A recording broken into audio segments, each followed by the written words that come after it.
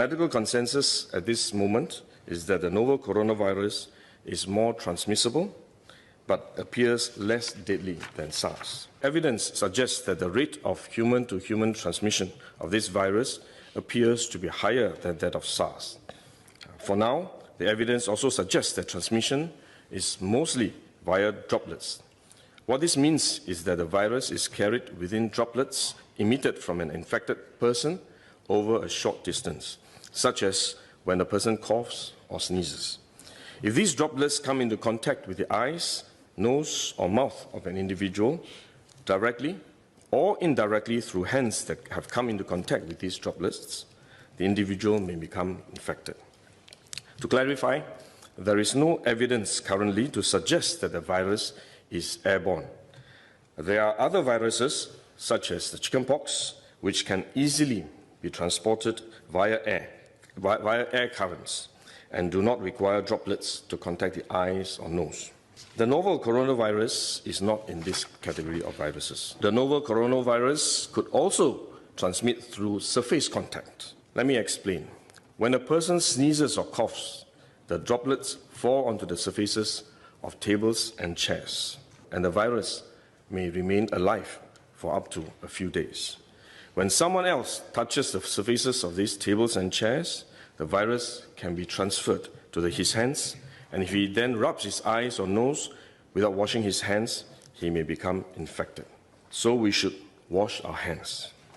This is also why we only quarantine the close contacts of confirmed cases. For more transient contacts, such as individuals that the confirmed cases may have walked past in malls or hotels, the risk of transmission is low. For coronavirus generally, the person is most infectious when he is displaying symptoms, or what you call symptomatic. And this is likely to be the case for the novel coronavirus as well. There is evidence of limited spread from a person without symptoms. The evidence of limited spread from a person without symptoms during the incubation period. However, this form of transmission may be uncommon and has so far involved isolated cases only. At this point, the evidence still points towards higher transmissibility when the person is displaying symptoms.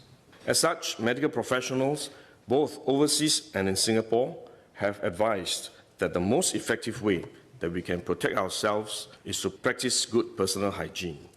We should regularly wash our hands with soap and water and avoid touching our face with our hands.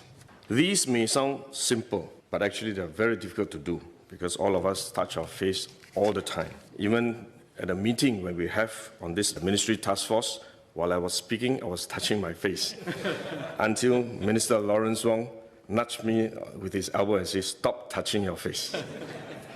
So it is simple but extremely difficult, but are actually very effective in preventing all kinds of infection.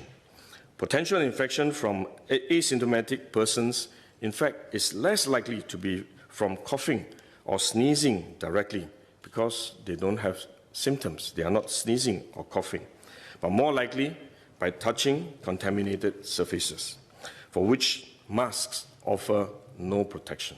Wearing a mask when we are well often gives us a false sense of security instead, and we are more likely to touch our faces when we constantly adjust our masks, which is one way the disease spreads. At the same time, we need to protect others, our loved ones, friends, colleagues, and fellow Singaporeans that we come into contact with. If we are sick, we should rest and recover at home as far as possible. If we do need to go out to see a doctor, for example, we should wear a surgical mask to protect others. So this is when mask is needed, when we are unwell and have to go out.